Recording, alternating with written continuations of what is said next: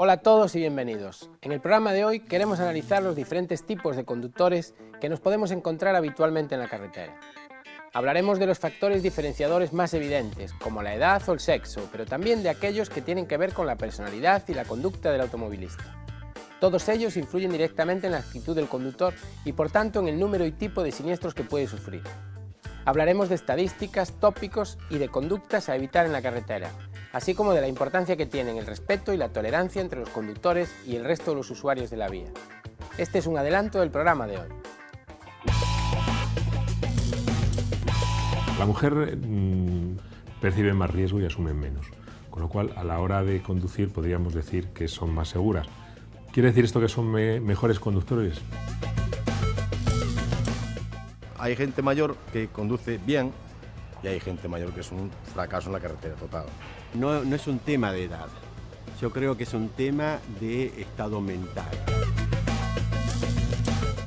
Hay acosadores, por ejemplo, que se acercan demasiado detrás para que usted aumente la velocidad. No lo haga, siga cumpliendo las normas de seguridad y las normas que le fija el tráfico.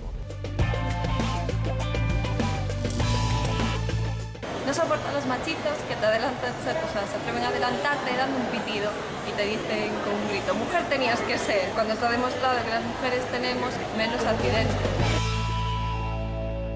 A la hora de clasificar a los conductores, son muchos los criterios que podemos elegir. Los dos más empleados por las estadísticas son la edad y el sexo. Así, apuntan que el grupo de edad que más accidentes de tráfico sufre es el comprendido entre los 16 y los 24 años. La explicación es una conducta más exhibicionista en grupo de los conductores jóvenes, una mayor asunción de riesgos y la sobrevaloración de la capacidad de conducción. En cuanto al sexo, los hombres sufren más accidentes que las mujeres, algo que también está determinado por la muestra estadística, ya que el número de conductores masculinos es superior al femenino. Otra clasificación de los conductores también puede llevarse a cabo en función de su personalidad, de su conducta y de los factores que la determinan, como la densidad del tráfico o la climatología.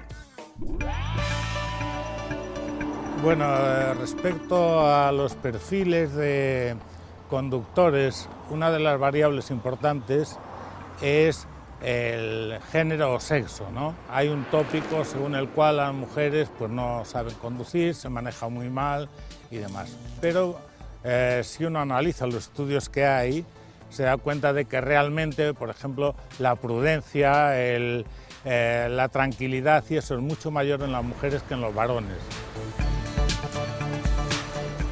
La mujer percibe más riesgo y asume menos, con lo cual a la hora de conducir podríamos decir que son más seguras.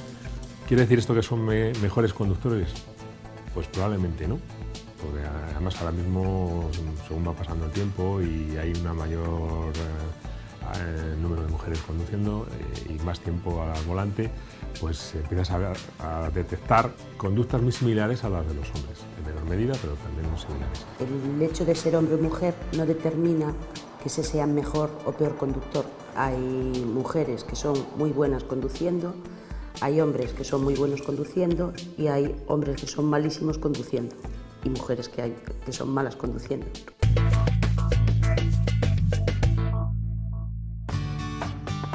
Los patrones culturales son muy importantes a la hora de explicar las conductas de riesgo en la conducción.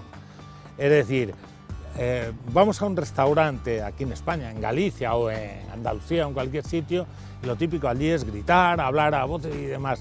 En otros países, en los nórdicos por ejemplo, es todo más relajado, más suave. Pues con las carreteras pasa lo mismo. Es un espacio, diríamos, donde uno refleja el poder que tiene, el coche más potente, el que a mí no me pisa nadie, yo llego antes que nadie. Son patrones culturales que están incidiendo en esa manera de conducir. Nuestro perfil y nuestra situación van a determinar la manera de conducir y si no, es fácil autoexaminarnos cuando hemos tenido una discusión, hemos tenido un problema o estamos más tensos, cómo conducimos y veremos que no lo hacemos igual que cuando estamos tranquilos. Todos conocemos algún ejemplo de los diferentes tipos de conductores e incluso podemos incluirnos en alguno de estos grupos. También podemos estar más o menos de acuerdo con las variables que se emplean a la hora de clasificar a los conductores o con los mitos que circulan respecto a algunos de ellos. En el programa de hoy queremos interesarnos por vuestra opinión acerca de las diferentes clases de conductores. Ya sabéis que para hacernos llegar vuestros puntos de vista respecto a los temas que tratamos en el programa, lo único que tenéis que hacer es enviarnos un vídeo a nuestra sección Tengo o no tengo razón. Dad por seguro que os responderemos.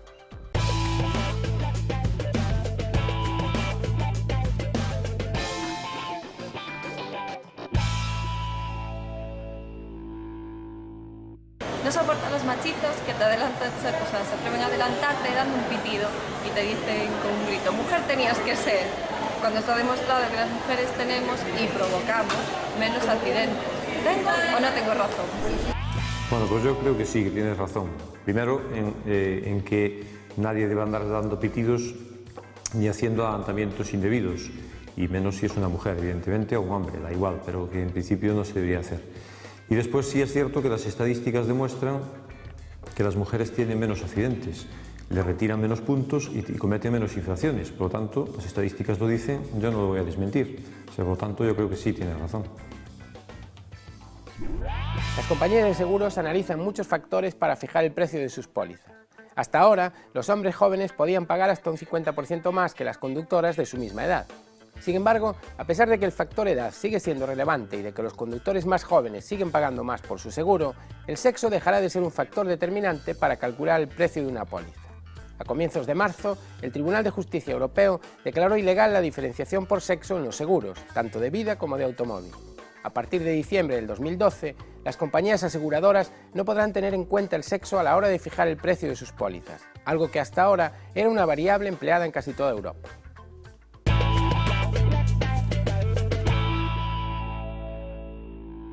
Las vías públicas son un ejemplo de espacio compartido entre usuarios, en el que nuestros derechos terminan donde empiezan los de los demás.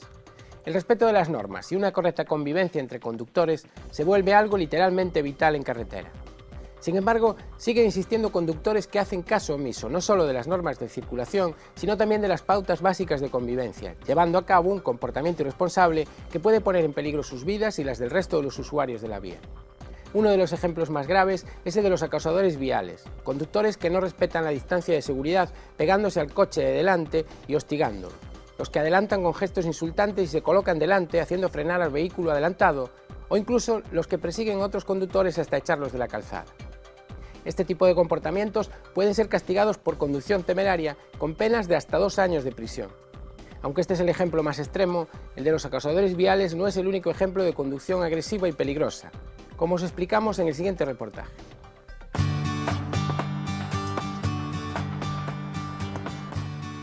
Afortunadamente no es un gran grupo de conductores los que esa transformación traspasa los límites de lo aceptable, pero sí todos en algún momento nos hemos sentido acosados o molestos por la actitud de otro conductor y hemos respondido con una actitud o con una conducta no excesivamente apropiada.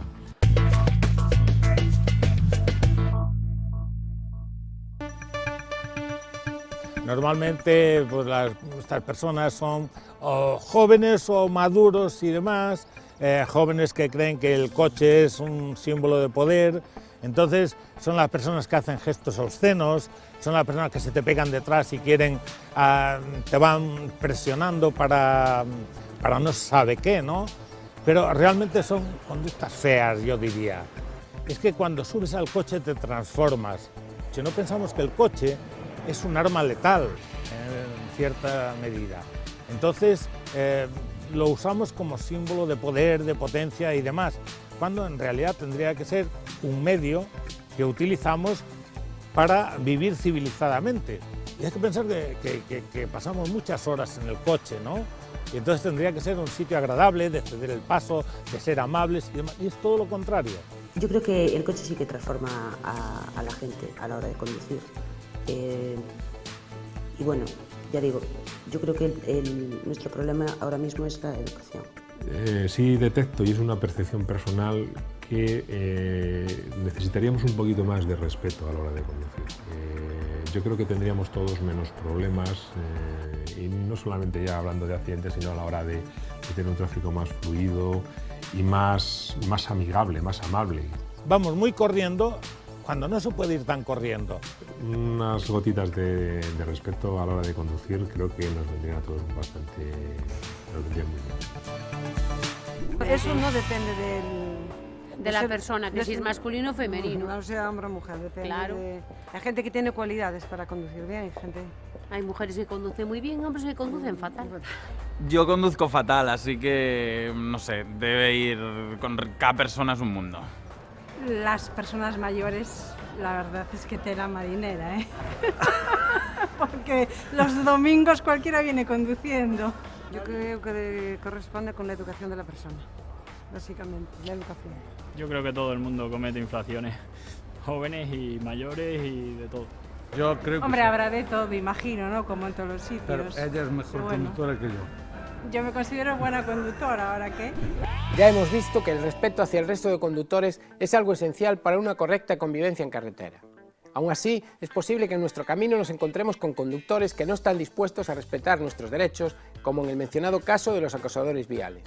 Este tipo de conductores pueden ponernos en una situación de presión que nos altere e incremente el riesgo de sufrir un accidente. En los casos más graves, la recomendación principal es tomar los datos del vehículo y denunciar los hechos ante las autoridades administrativas o penales. Aún así, si hay algo de vital importancia para nuestra seguridad, es mantener la calma y saber reaccionar en el momento a fin de sortear el peligro de la situación. A continuación, os ofrecemos algunos consejos para ayudaros a reaccionar de un modo correcto ante un acosador vial.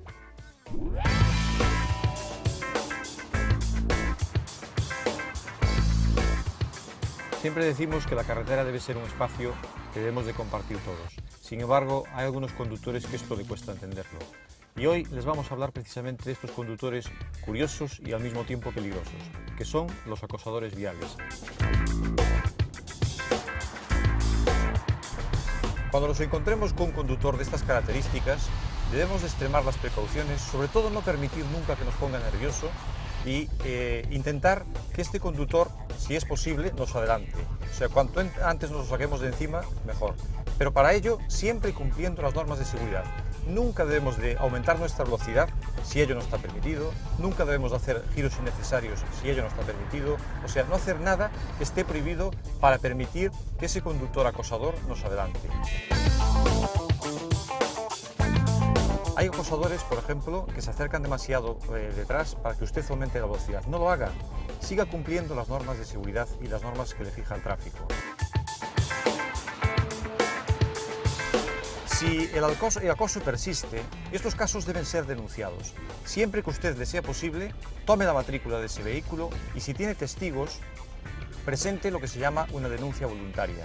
Las denuncias las pueden presentar los agentes de la circulación, encargados de la circulación y vigilancia del tráfico, pero también las podemos presentar los demás conductores. Y esos hechos deben ser siempre denunciados. Hay que retirar el acoso también del tráfico.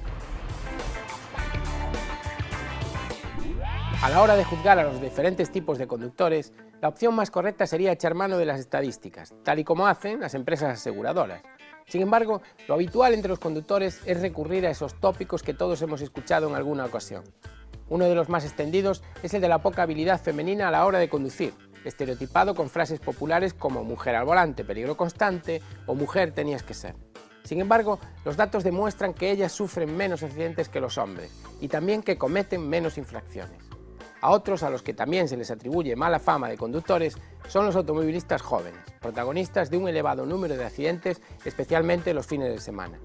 Así, los tópicos afirman que los conductores jóvenes sufren accidentes porque conducen ebrios o drogados y que además son más imprudentes por el simple hecho de tener menor edad. A pesar de estos tópicos, cabe destacar que los conductores jóvenes son los que más han contribuido a rebajar la cifra de muertos en la carretera desde el año 2003. En el siguiente reportaje comprobamos hasta qué punto los tópicos más generalizados con respecto a la conducción se corresponden o no con la realidad.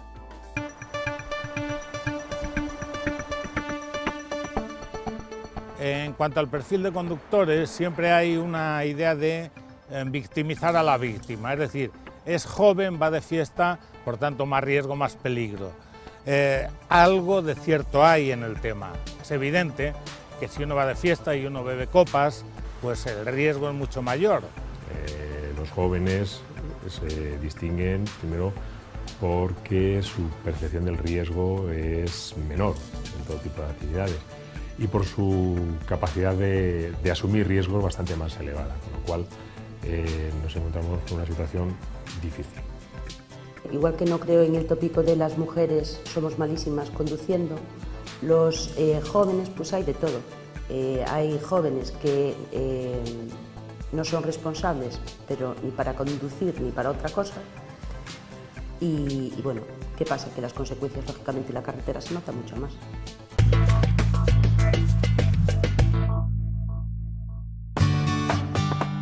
El asunto de los conductores mayores va a haber que darle una vuelta. La pregunta habitual es, ¿y hay alguna edad a la que hay que dejar de conducir?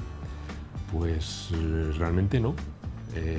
Hay unas capacidades psicofísicas que hay que demostrar en unos reconocimientos que te permiten conducir. Mientras esas condiciones te permitan la actividad de la conducción, pues puedes conducir. Eso es independiente de la edad. Es cierto que a determinadas edades, y bueno, pues habría que controlar un poco más lo de los psicotécnicos y esto, pero quizá la experiencia, la mayor tranquilidad, relajación en la vida, pues puede llevar a que no sea tan el tópico, pues que no sea tan cierto. Lo que sí debería es haber un reconocimiento, pues a lo mejor más estricto, un reconocimiento psicológico, igual que para muchas cosas en la vida no todos valemos para todo, pues no sé por qué tenemos la falsa creencia de que todos valemos para conducir. Las facultades van disminuyendo con el paso del tiempo y sí es verdad que llega un momento en que uno tendría que decir, bueno, pues ya no debería conducir y, pues como los toreros, cortarse el permiso. Las habilidades al volante disminuyen con la edad y aún así casi el 25% de los conductores mayores de 74 años continúan conduciendo. Según un estudio llevado a cabo por investigadores de la Universidad de Granada, los conductores mayores de 60 años realizan una conducción más segura que los conductores de menor edad. No corren, no adelantan de forma temeraria y no consumen alcohol cuando van a conducir. Además, a pesar de que la tasa de accidentalidad de conductores mayores ha aumentado en las últimas décadas, sigue siendo inferior a la de los conductores que rondan los 20 años. Por otra parte, otro estudio realizado por la Universidad Politécnica de Cataluña afirma que los conductores de edad avanzada presentan capacidades visuales inferiores al resto de la población y que un 40% presentan problemas de discriminación cromática. En el programa de hoy queremos preguntarnos acerca de la conveniencia de establecer un límite de edad para la conducción. La respuesta nos la darán José Manuel Gradaille, ATS de Rallys Ferrol, y José Ramón García, gerente de Autoescuela San Martín. Bueno, eu do ramo sanitario que son, creo que a xente coa edad avanzada van perdendo facultades físicas, psíquicas, mentales. Entonces, a conducción é un tema, creo que requiere unha concentración grande. Penso que a xente vai perdendo actitudes para conducir. Entendo que incluso a partir dos 40 anos, aínda que a xente non este como moito de acordo, pero aí temos enfermedades comuns como presbicia, perdes vista, non nos reconoces pero xa non ves ben, perdes reflejos, perdes capacidade auditiva, e esa fase de pérdidas non disminuye hasta que rematas a túa vida. Podemos ter xente de 60 anos que non está capacitado para conducir, en cambio temos xente de 80, como teño pacientes eu, na sanidade pública, que están perfectamente capacitados, xente preparadísima, mentalmente, psíquicamente, que non teño por que dicirlle non colles o coche, Antonio, pues non teño por que dicirlo. En cambio, lle digo non colles o coche a outra persona con 53 anos que xa empeza pues, a perder unha serie de reflejos por súa enfermedade de base, por cualquier cousa. Entonces, está reaccionado, pero creo que non está para nada a edad acorde con ti perder facultades. empeñámonos en pensar que as persoas perden moitas cualidades para conducir a partir dos 70 anos, pero moita xente con 60 e con 50 xa as perdiu, e moitos con máis de 70 non perderon tantas como outros con xente máis xoven. Sí que se perden moitas condicións para conducir que edad, pero eu penso que hai que evaluar moito máis os casos concretos.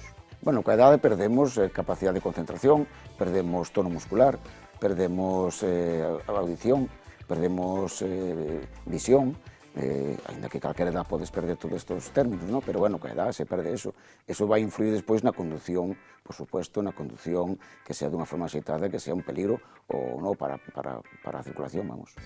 Eu só lle retiraría o carné a algúns condutores en casos individuales, a aquelas persoas que non pasarán algunhas probas. Se debería de valorar a retirada do carné definitivo en casos puntuales, sí.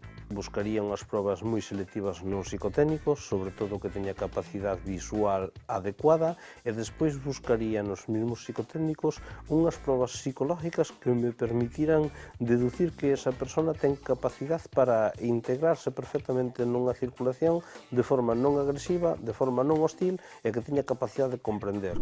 Yo considero que a partir de los 80, por ahí. ¿Y tú? Antes. Antes. 79. Antes, bastante antes. Hombre, pues si está capacitada la persona con una edad y está capacitado, pues creo que puede llevarlo perfectamente. Hay gente mayor que conduce bien y hay gente mayor que es un fracaso en la carretera total. No es un tema de edad, yo creo que es un tema de estado mental. Bueno, hay gente que es muy corta conduciendo, ¿eh? Y no sé cómo les dan el carné ni siquiera. Creo que deberían hacer pruebas antes de retirar el carnet, porque depende de la persona mayor. Hay personas mayores que sí que son mayores pero conducen bien. Depende de la capacidad del conductor. Yo creo que para eso están los psicotécnicos. Eso cada cierto tiempo nos deberían de examinar a todos, porque hay gente igual de 40 o 50 años que tampoco sabe conducir.